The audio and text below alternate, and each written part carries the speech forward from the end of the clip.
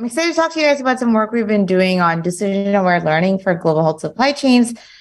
This is joint work with the Sierra Leone National Medical Supplies Agency, a startup called Macarize, and also my two collaborators at Penn, my PhD student Angel, and Hamsa Bastani, who's in Penn CIS.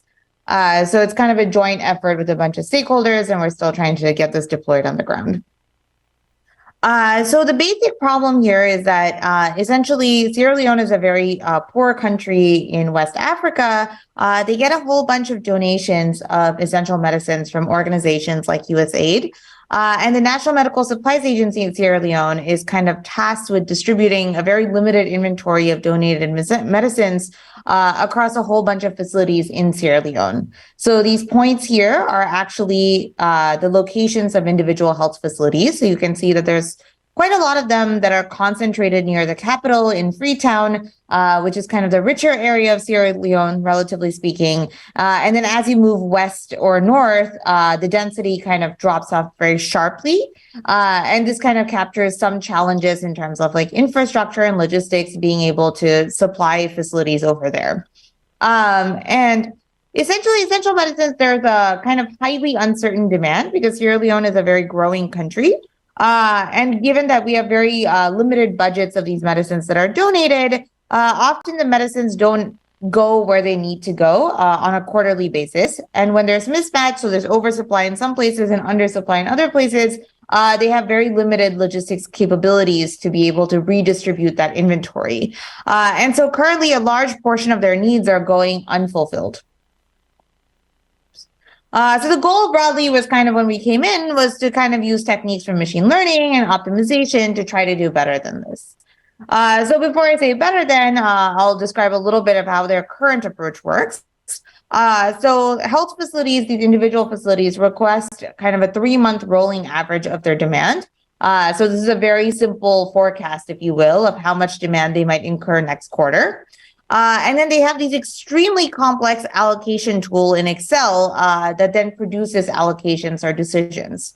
And the reason this came about was that this tool was kind of originally designed by researchers at WHO, and then policymakers, as they were working with them, realized that various use cases were not being met. So they realized that, they need to apply different rationing parameters based on the product type or the facility type. So they tacked that on in one sheet. And then it was pointed out that maybe we should have modifiers based on population or poverty levels. And then that was tacked on another sheet. And then maybe you want to prioritize hospitals over other types of health facilities like district medical stores, another sheet, and so on. So this thing became quickly very complex. And the reasoning that's produced in one sheet isn't necessarily built upon in a systematic way in another sheet. And so you can imagine that the system quickly becomes very inefficient. The way that the tool actually operates is that decision makers in the capital would basically figure out how much needs to go to each district, and then each district would then decide how much would go to each facility. So it's a very chopped up process, which you might imagine is not very optimized or efficient. And the system doesn't work very well. That's kind of why they even pulled us into this project. The government asked us to start focusing on 8 essential medicines that they considered fairly high volume and important and had decently rich data in their system. So that's amoxicillin, Depo-Provera, and so on. On the y-axis is the percentage of unfulfilled requests across the country. And you can see that the average unmet demand across the country for these essential medicines is about 42%, which is quite high. So some of this unmet demand is going to be inescapable because just the budget is too small. But some of it we're going to try to improve on by making sure that we better match supply and demand. Any questions at this point? Great. So if we were trying to get rid of this allocation tool entirely and build something from scratch, you might imagine that we would do something reasonable might be to do predict and optimize, right? So in a first step, I would basically train this demand prediction model that tries to predict or forecast how much demand there is going to be for each health product at each facility. And then once I have those predictions, I can solve some sort of stochastic optimization problem to optimize the allocations and decide how much to send to each facility, right? And there's kind of an active area of research on end-to-end learning that's basically shown that this sort of predicted optimize is very inefficient because when you're training the prediction model, you're typically minimizing a mean squared error loss, whereas really what you care about is the loss that's incurred in the downstream optimization problem in step 2. So if we try to couple these two together so that the prediction function is kind of aware of the downstream optimization problem, you might be able to do much better. So that's kind of what we're going to try to apply in this context. So I'm going to talk a little bit about the math first, and then I'll switch over to actually applying this to the Sierra Leone data. So just to add some notation to this, the goal in learning and optimization is, let's say that we have some response variable y, like this quarter's demand. We want to compute the decision z, which is how much I actually want to allocate to each location to minimize some known decision loss. So z star here is going to be my optimal allocation decision, given how much I know is going to be demanded at each location. And we have some known decision loss that we would minimize. And this is kind of your classic optimization problem, right? Of course, the challenge here is that the optimization parameters y, that demand, is actually unknown. And what machine learning has really kind of revolutionized is being able to predict this very, very well based on feature information like maybe yesterday's demand or other covariates.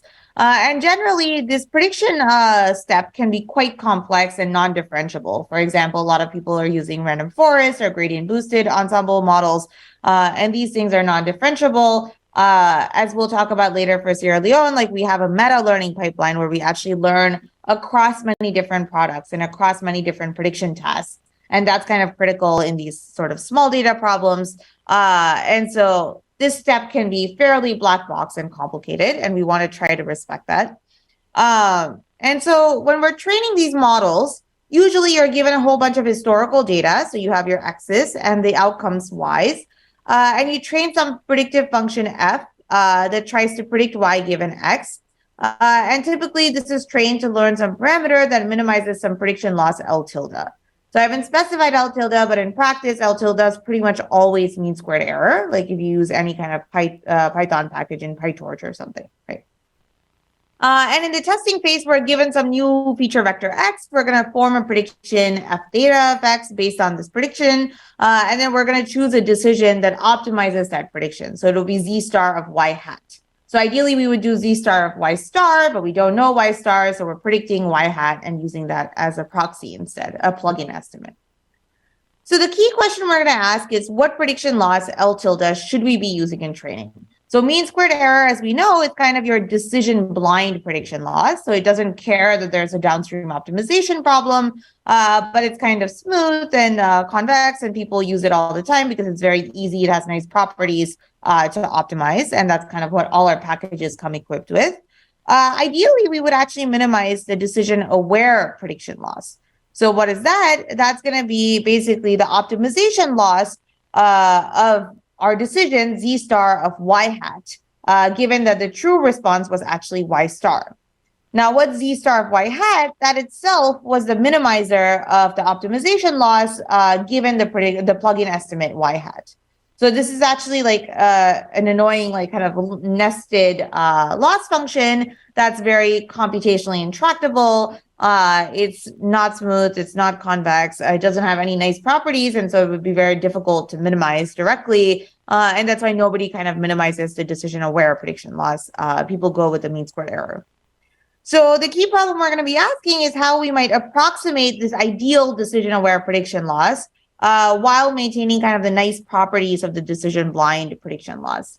So can we kind of tilt the mean squared error in a way, objective in a way that, you know, is kind of closer to the decision aware loss?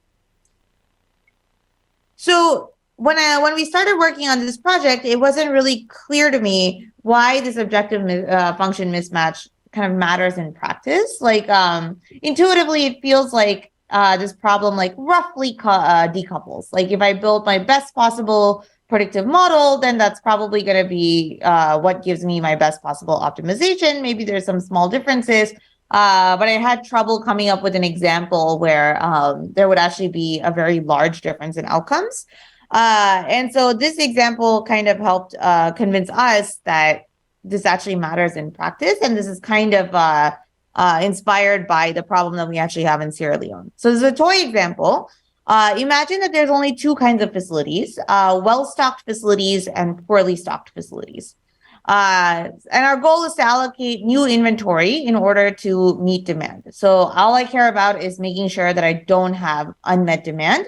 I don't have any holding costs. I'm totally fine with having excess inventory in a location, but I want to make sure that given my very limited budget, I meet the demand of every facility to the extent possible. So these teal triangle points here are the poorly stocked facilities because they have very low prior inventory as shown on the x-axis. These red circles here are actually our well-stocked facilities in the sense that they have quite large amount of prior inventory. And you'll see that the demand actually varies. So the demand kind of grows more steeply for these poorly stocked facilities and less so for these well-stocked facilities. So why am I telling you this? If I'm thinking about distributing a limited budget of inventory, I don't really care about allocating to these well-stocked facilities because they already have quite a lot of good prior inventory that they have in their facility. So even if I get their demand estimate a little bit off, it doesn't really matter because they probably have enough inventory to meet demand. And so I'm not going to send them any allocations. In contrast, for these poorly stocked facilities, it's critical that I send them inventory in order to meet demand, right? And my prediction my prediction accuracy really, really matters here because if I predict that if I predict that they're going to have one more demand of unit, I need to send them one more unit in order to compensate for that. So my allocation is actually very, very closely dependent on the prediction for that location. Whereas for these red points, it really doesn't matter because I'm probably not going to send them anything anyway. So even if I'm a little bit off, it doesn't matter. So why am I bringing this up? Now you might look at some kind of data like this, it's very noisy. And often in practice, we fit these like misspecified functions, right? So this is actually a piecewise linear function. That's the true data generating function. But I've gone ahead and fit this blue line to minimize mean squared error. So it's misspecified. I thought it was just a linear relationship. And if you look at it, it's a pretty decent fit, right? The point is that if I use this blue line, that's my decision blind loss minimizing function. And you can see that it gets a pretty good fit across all of the facilities. I would actually do pretty well in terms of mean squared error, but then in terms of optimization, I'm not doing so well because I'm getting a good fit on all these red points, which don't really matter for my optimization loss. On the other hand, this teal line, if you look at it over here, that is just fit to the poorly stocked facilities. This is actually a pretty bad fit. If I were to extrapolate this all the way out to all the facilities, it would definitely get a very, very high mean squared error, but it fits much better amongst the facilities that I actually care about. So within this subset of facilities, that's where my prediction quality actually matters to my optimization loss. I'm kind of much better off using this misspecified, using this, this poor fit function, this teal line over here. And so this kind of brings about this objective mismatch, right? Because there's only a small subset of facilities that I really care about predicting well on, thanks to my optimization loss, I really should be thinking about that when I'm building my prediction function. And this is actually an interesting example because even as the sample size goes to infinity, my decision blind model, which is my blue line, is going to be severely misspecified for the subset of facilities that I actually care about. So we're going to try to address this issue.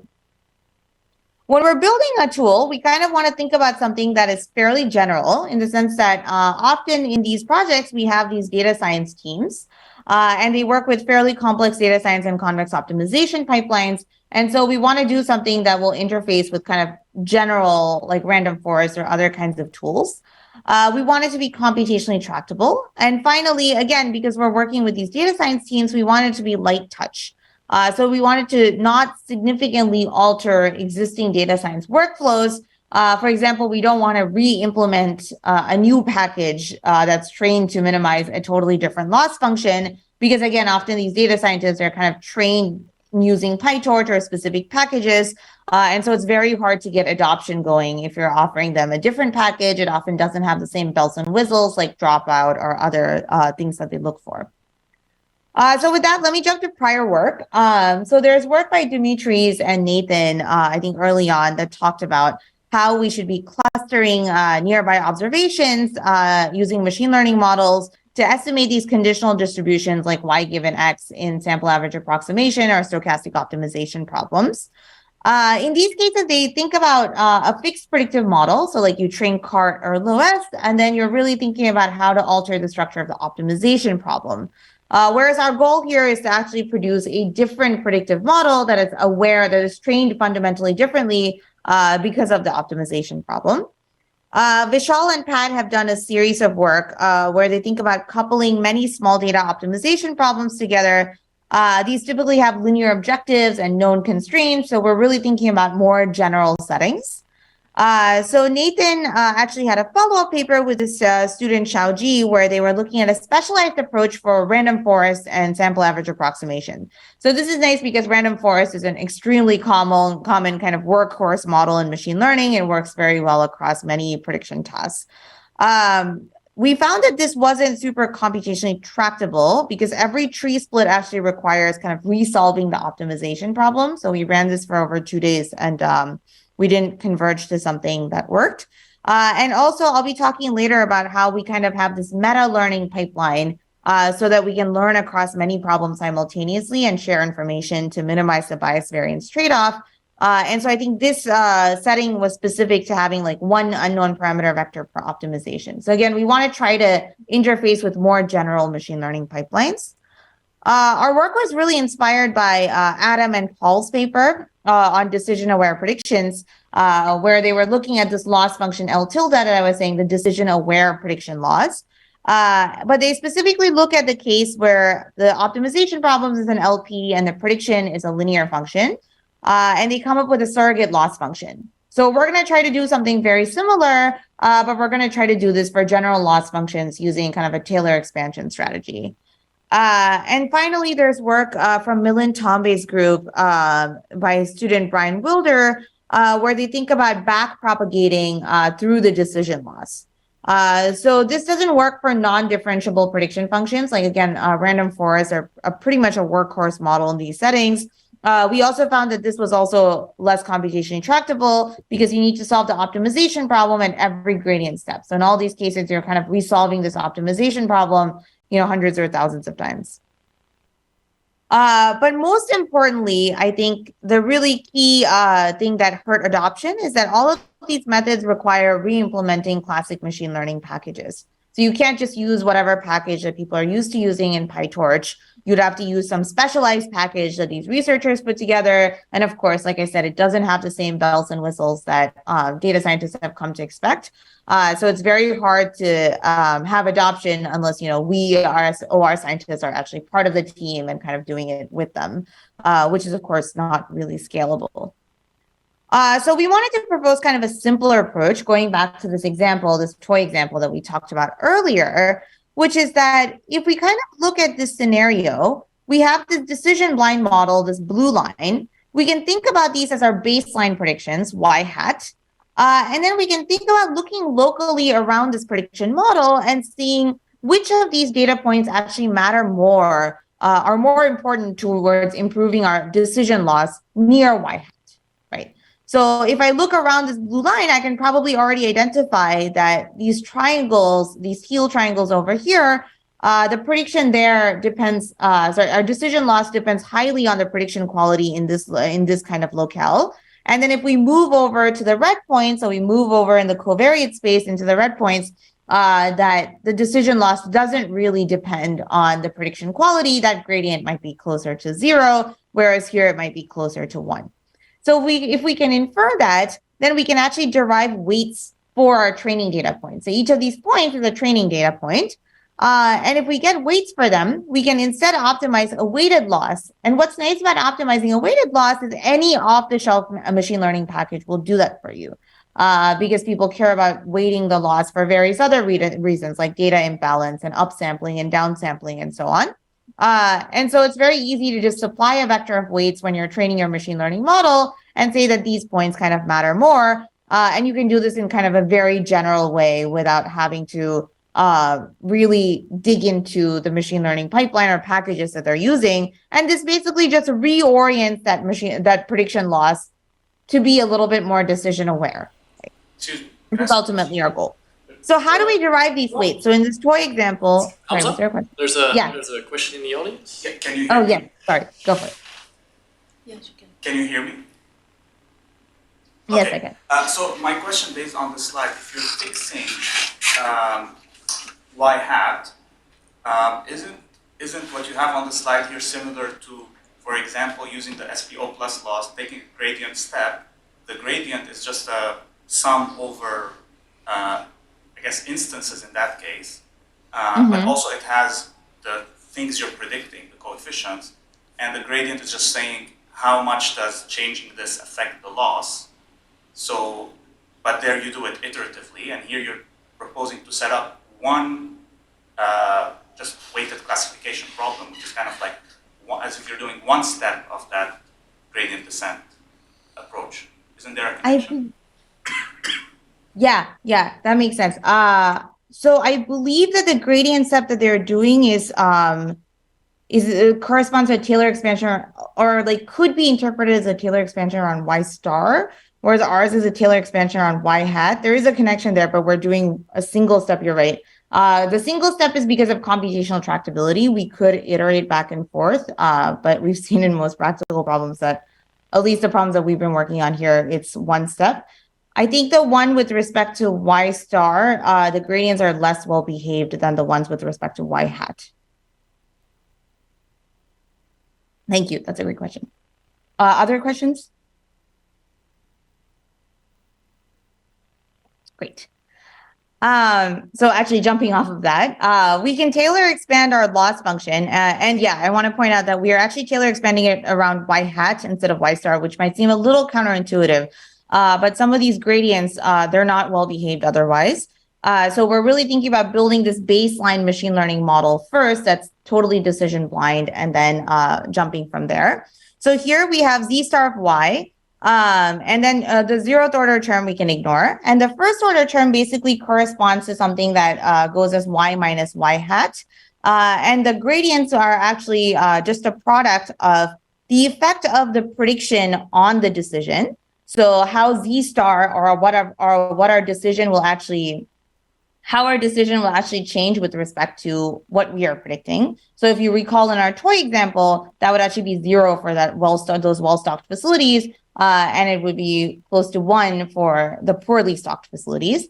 And then we also have how much the decision loss itself depends on the decision. So if that area is kind of flat, then sort of it wouldn't matter either.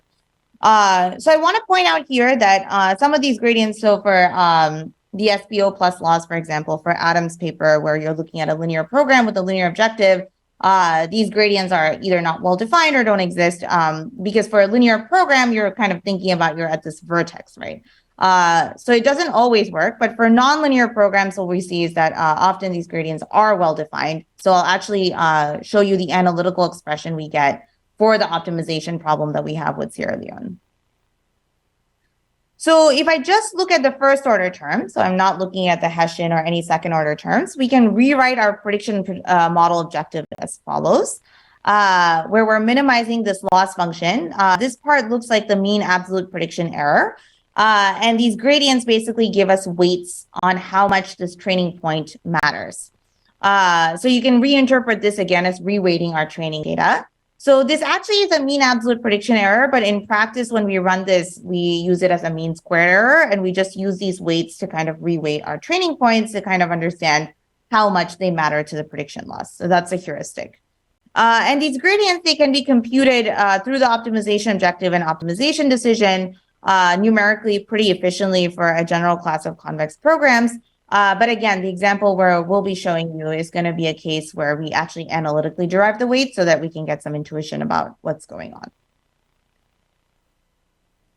So just at a high level, our strategy is the first step is to train an arbitrary decision blind model. And then in step 2, we compute our gradients through an arbitrary optimization problem, a convex optimization problem, to obtain training data weights. So from y hat, we're trying to figure out which points matter more. And then we retrain our predictive model with the weighted training data. So this can be very light touch and very general in the sense that whatever the data scientist is doing, we just ask them to repeat with these training points. And then we run the optimization problem with the plugin estimates. So following the question in the audience, like you could imagine running step 3 and step 4 multiple times. But again, in practice, we've found that we've reasonably converged to the extent that you can. These are high variance estimates after one iteration of this. And most importantly, sorry, go ahead. I have a question. So, Yes. so the thing is that here the setup is that you're going to make these predictions across all instances I, or data points I, but actually each of those data points I goes into the global optimization problems. All of the facilities go into a single optimization problem. Yeah. Which is kind of a different setting, I guess, than some of the talks and like generally other settings in which this has been applied. So I think it's important to make that distinction. So you're applying your model separately on each entity, item, facility in your case, but then it's not like for each prediction you have a separate optimization problem. All of these predictions jointly go into a single optimization problem. Absolutely. Yeah. Actually, that's a much better way of putting it. So that's what I was trying to say, that Nathan's paper kind of thinks about one optimization parameter per prediction problem. But here, exactly like you're saying, we have kind of multiple prediction problems, and then they all fit into one optimization problem. And that couples them in a way that his framework was, we weren't able to adopt his framework to apply it here. We tried playing some tricks. He suggested some cute tricks with like Lagrange multipliers, which we tried doing, but it doesn't generally work.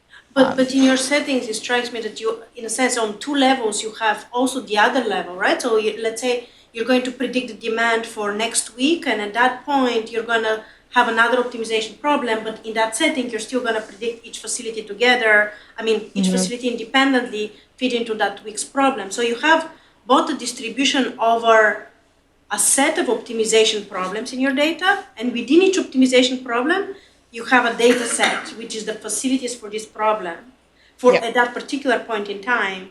So I don't see in your equations that you're showing how these 2 separate loops, right, are being integrated over optimization problems and over essentially predicting parameters of the single optimization problem.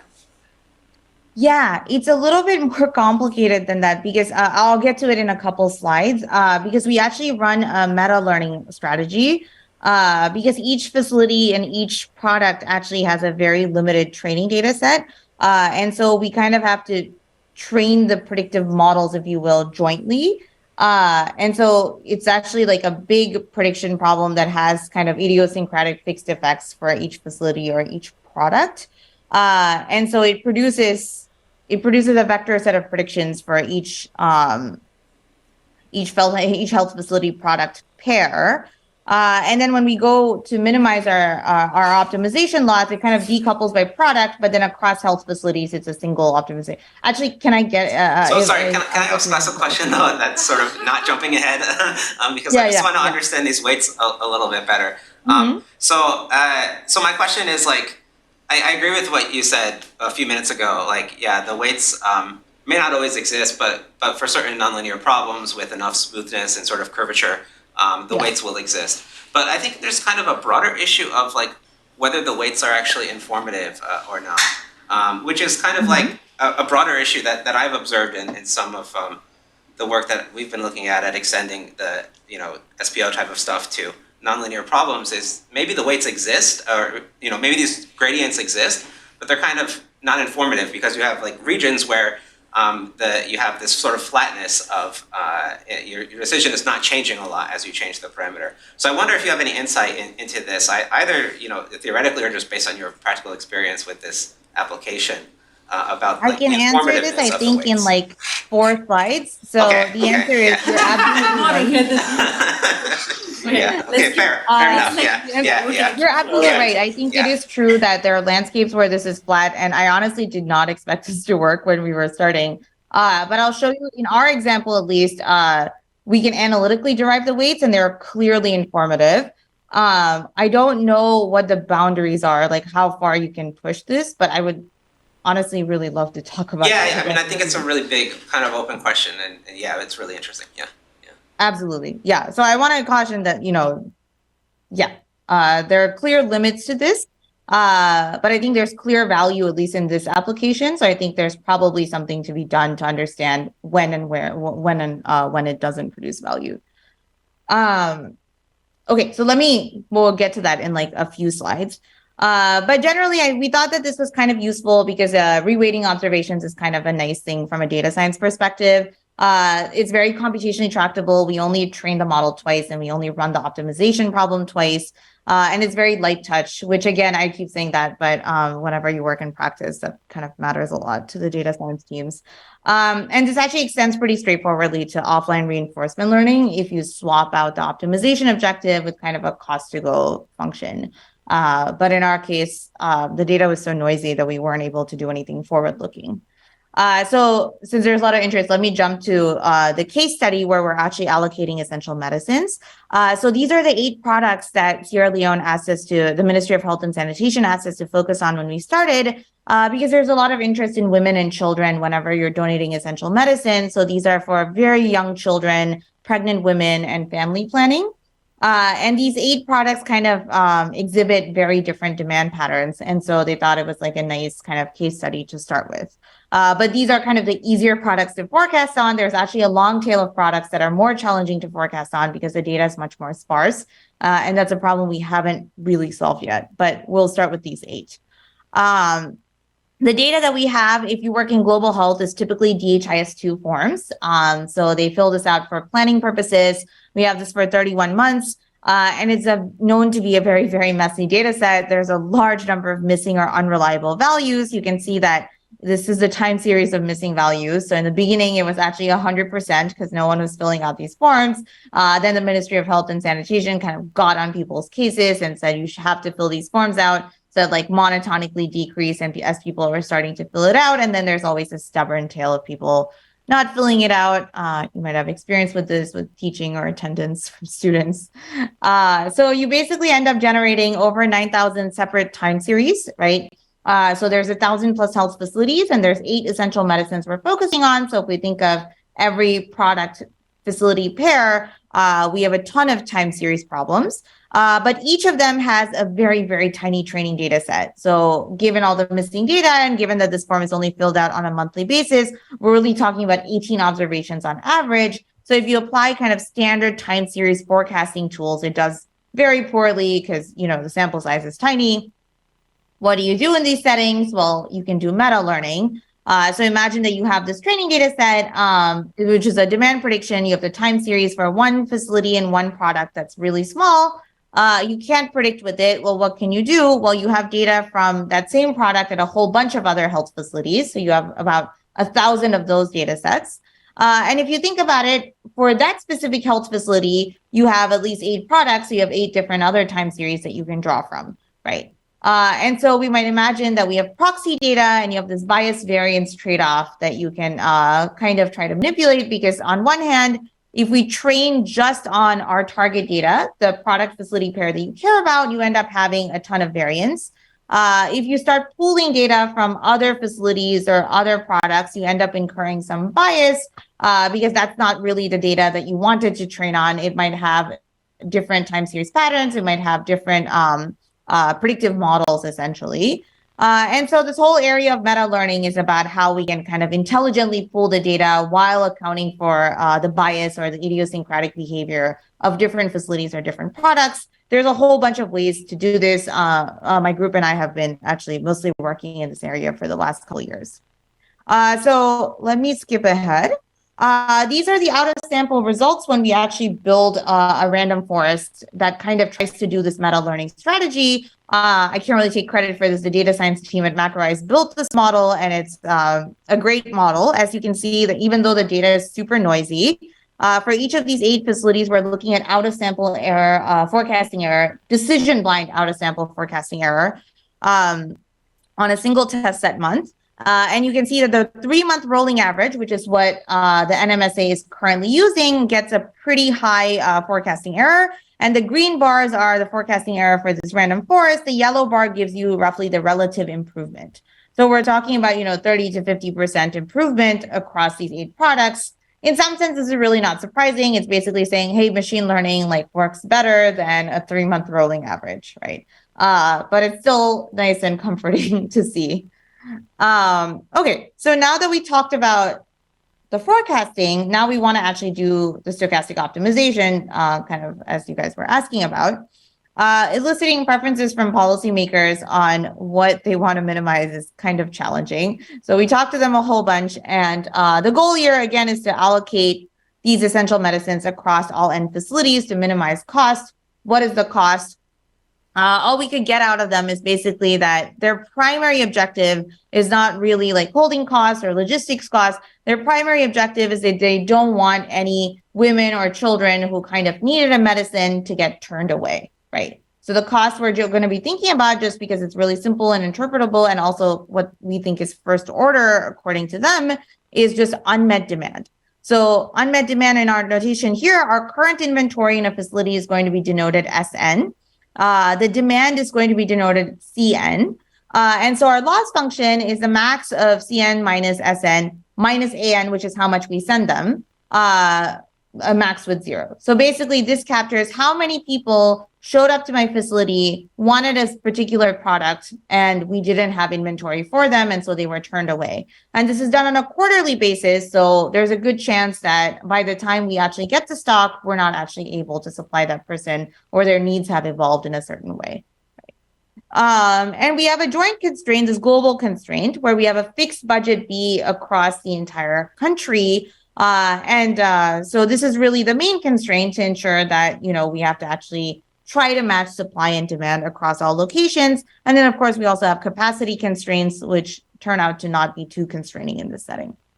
And finally, our predictions, where I said I was solving a stochastic optimization problem. So the random forest gives you point predictions, but it gives you point predictions per tree in your ensemble. So as a heuristic, what we're doing is we're taking the prediction across the ensemble, and we're taking that distribution across all, 500 or 1,000 trees and treating that as our estimated distribution. So this is very much a heuristic, and if we see that it has very low variance, we kind of inflate it a little bit.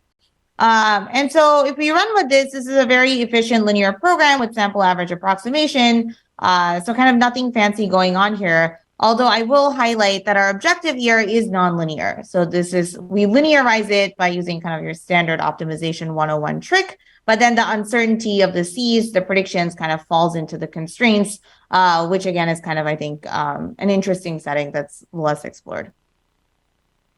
So if we were to do this in the decision-aware training objective, and we actually compute the gradients, what you end up getting as the weights is this very simple indicator function. K here indexes the sample average, like the scenarios in your sample average approximation. So we're drawing lots and lots of these Ks. And N indexes the facility.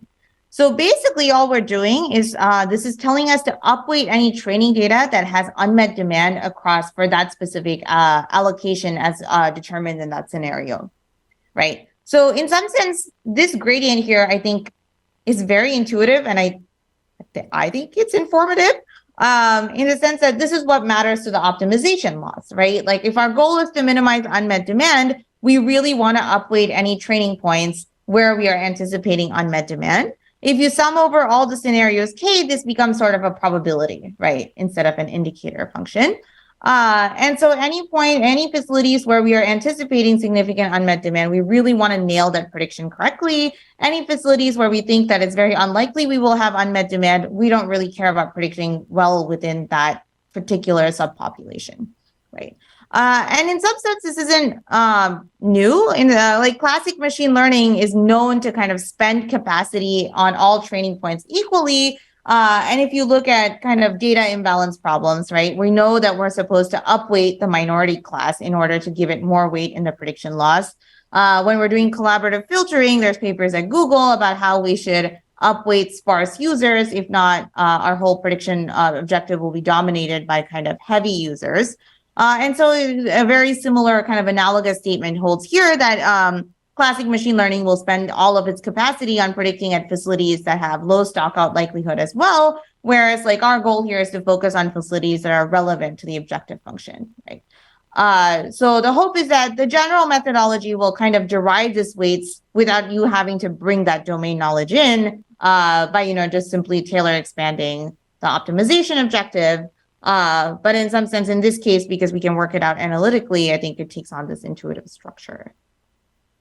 Does that address some of the questions? So is C, K, N here the historic data? Yes. So the K is like different weeks or months of your historic data? So I think here we are basically, the K here is going to be the different scenarios. So we're taking different samples from the estimated distribution, and then we're solving for the allocation, and then we're looking at the estimated, the demands that were realized according to the, that particular scenario and seeing if we did well or not.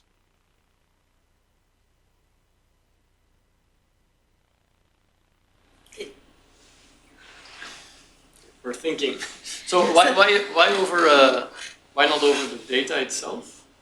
Yeah, I don't understand.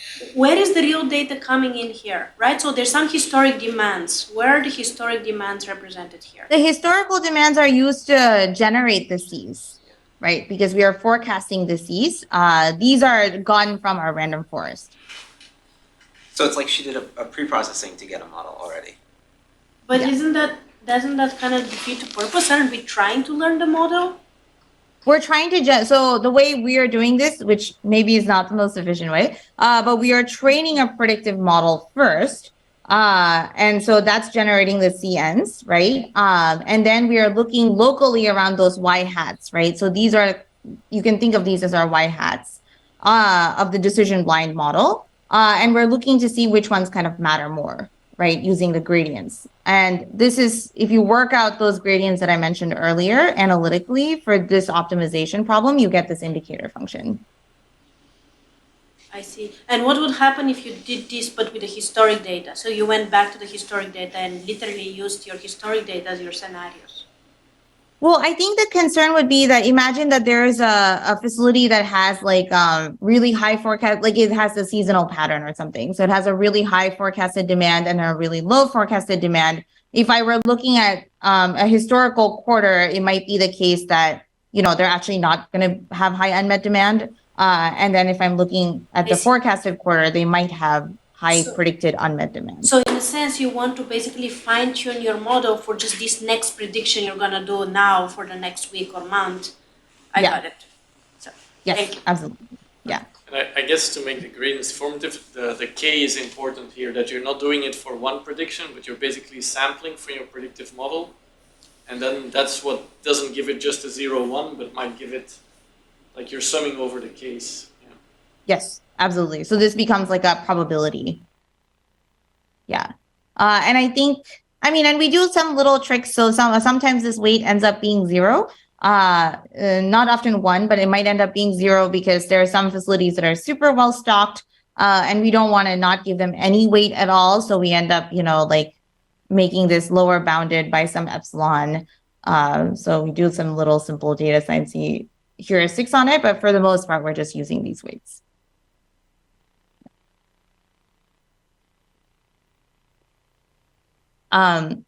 Great. So it might be that this is, to answer the other question, it might be that this is like a fairly, like even though it's a nonlinear smooth objective function, it's like reasonably well behaved. And maybe that's why it doesn't have these flat regions, but we haven't really thought about how it extends to general problems. So let me show you out of sample results. So here we're comparing unmet demand for a fixed budget on a held out test set again. So this is very similar to the out of sample results I showed you before, except now we are actually producing allocations and we are comparing. So if we had given this particular allocation a hat, and then here's the actual realized demand in that month, how much unmet demand would we have gotten, right? And we evaluate our objective on this. And so I'm comparing the decision blind and the decision aware prediction models. So the decision blind prediction model is basically you train that random forest that I showed you before that did really well relative to the 3-month rolling average. And then you plug it into the stochastic optimization problem that I showed you. The decision-aware model is basically then you take that you derive weights with the decision blind model. You retrain that same machine learning pipeline, and then you plug it into the optimization problem, right? And you can see that kind of across the board, it does reduce unmet demand. Of course, mean squared error goes up, but it reduces the objective that we care about.